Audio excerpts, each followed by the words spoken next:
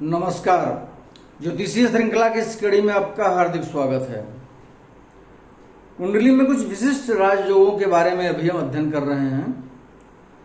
इस अध्ययन के क्रम में आइए अब हम जानते हैं अगले कुछ योग जो ग्रहों की विभिन्न परिस्थितियों के कारण निर्मित होते हैं और जातक पर अपना शुभ प्रभाव डालते हैं।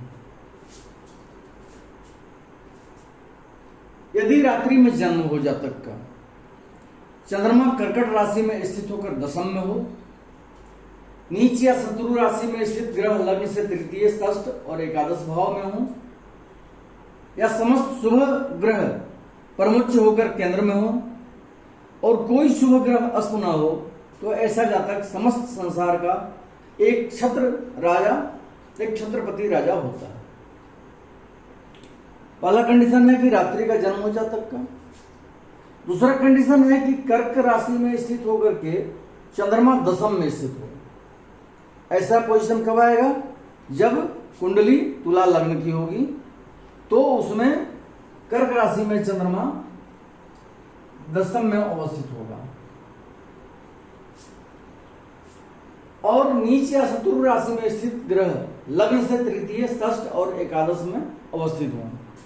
अपने नीच राशि में या शत्रु राशि में जो ग्रह हैं वो तृतीय में, षष्ठ में और एकादश स्थान में स्थित हों।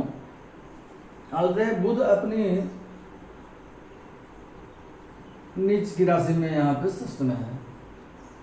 इसी तरह से ग्रह जो है जो अशुभ प्रभावकारी ग्रह हैं वो तृतीय, षष्ठ और एकादश में स्थित हों और समस्त शुभ ग्रह प्रमुख होकर केंद्र में हों। शुभ ग्रह तो सभी प्रमुख होकर केंद्र में इस तुला लग्न की कुंडली में नहीं हो सकते हैं। बृहस्पति हो सकते हैं। बृहस्पति केंद्र में उच्च का या प्रमुख का होकर के चतुर्थ में स्थित हो सकते हैं।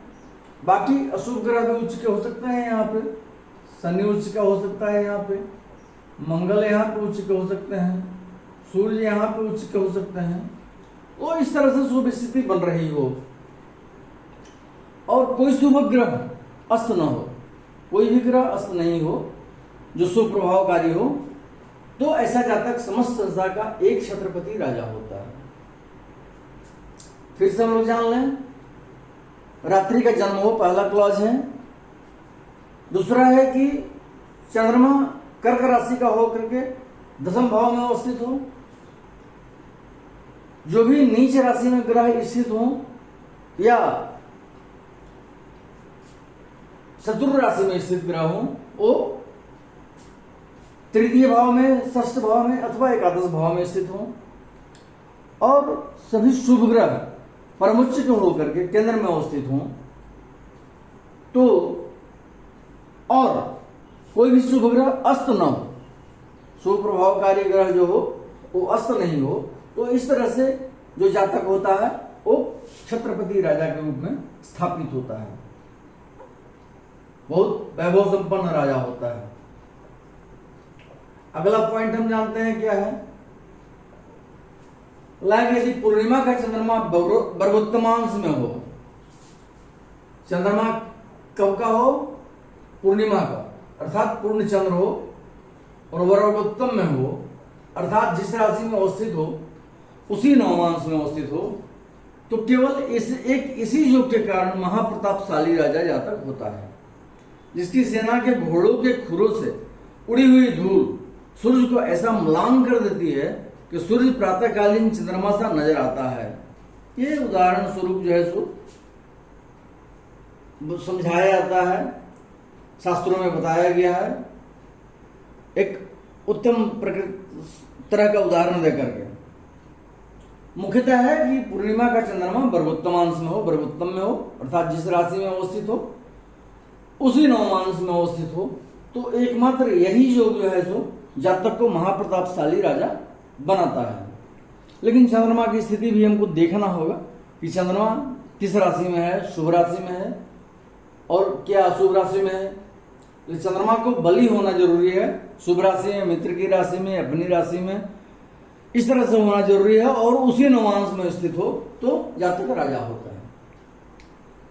यदि जन्म के समय बृहस्पति और चंद्रमा केंद्र में हो और उनको शुक्र देखता हो और कोई ग्रह नीच राशि में न हो तो मनुष्य अतुल कीर्ति वाला राजा होता है। जन्म के समय बृहस्पति और चंद्रमा मान लेते हैं केंद्र में है। इस उदाहरण कुंडली में बृहस्पति और चंद्रमा दशम में स्थित हैं। बृहस्पति अपनी उच्च राशि में, चंद्रमा अपनी स्व राशि में, और शुक्र ईश्वर देखता हो। शुक्र बृहस्पति और चंद्रमा को देख रहा हो और कोई भी ग्रह नीच राशि में नहीं हो। कुंडली में जितने भी ग्रह हैं वो अपनी नीच राशि में अवस्थित नहीं हो तो मनुष्य अतुल कीर्ति वाला राजा होता है।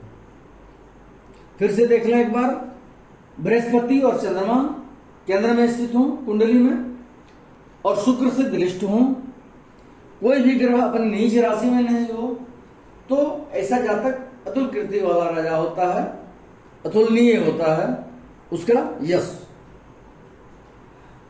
अगला पॉइंट है, यदि चंद्रमा जलचर राशि और नवांश में स्थित होकर लग्न में, अपने वर्ग में या शुभ ग्रह के वर्ग में हो तो, और कोई पाप ग्रह केंद्र में न हो तो मनुष्य राजा होता है और उसके पास बहुत हाथी होते हैं।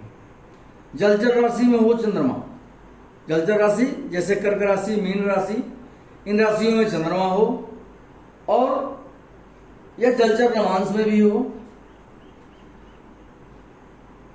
उसमें स्थित होकर के लग्न में हो, अपने वर्ग में हो या शुभ ग्रह के वर्गों में हो और कोई पाप ग्रह केंद्र में न हो कुंडली में तो मनुष्य राजा होता है और उसके पास बहुत सारे हाथी होते हैं, मतलब वैभव संपन्न राजा होता है। अगला है कि यदि जातक राजवंश में उत्पन्न हुआ हो और शुक्र को बृहस्पति देखता हो तो मनुष्य राजा होता है। इसमें है कि इस योग के रहने से जो साधारण वंश में उत्पन्न जातक होगा उसके लिए तो शुभ फल हो सकता है लेकिन वो राजा नहीं हो सकता है। लेकिन जो राजवंश में जब पैदा होगा उसको यदि उसकी कुंडली में यदि शुक्र को बृहस्पति देख रहा हो तो ऐसा मनुष्य राजा जरूर होता है। और यदि साधारण वंश में उत्पन्न हुआ हो तो वो एक धनवान हो सकता है, अच्छा सुफल उसको प्राप्त हो सकता है। अगला पॉइंट है कि यदि मकर राशि के अलावा किसी भी राशि में स्थित होकर बृहस्पति लग्न में हो तो उत्तम राजयोग होता है। मकर राशि के अलावा बृहस्पति केंद्र में हो किसी भी राशि में, मकर राशि में चूंकि बृहस्पति नीच का होता है इसलिए इसके अलावा कोई भी लग्न हो उसमें केंद्र लग्न में बृहस्पति हो तो उत्तम राजयोग होता है। लग्न में बृहस्पति की बहुत प्रशंसा की गई है। लग्न में बृहस्पति के होने से कुंडली में जितने भी अशुभ योग हैं उन सब योगों का स्वतः नाश हो जाता है। वैसे केंद्रस्थ बृहस्पति की भी बहुत प्रशंसा की गई है लेकिन लग्न में बृहस्पति का होना बहुत ही उत्तम बात होता है। लेकिन इसको मकर लग्न में नहीं होना चाहिए। मकर लग्न में रहने से मकर में चूंकि बृहस्पति नीच का होता है इसलिए उसकी वर्जना है। अगला पॉइंट है कि यदि लग्नेश बलवान होकर केंद्र में हो तो यह अकेला प्रबल राजयोग होता है। लग्नेश बलवान स्थिति में होकर के केंद्र में अवस्थित हो तो अकेला प्रबल योग पैदा करने वाला होता है। इसके मूल श्लोक में आया है जन्मपति।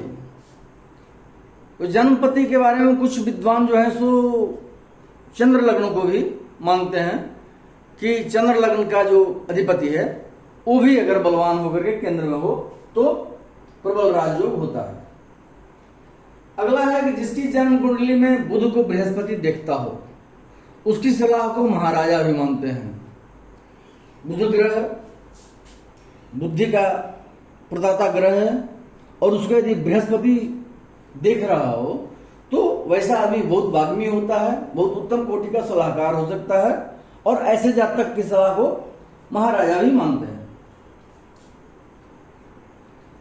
अगला पॉइंट है कि यदि एक भी ग्रह उच्च राशि में हो और उसको मित्र ग्रह देखते हो तो ऐसा व्यक्ति राजा होता है।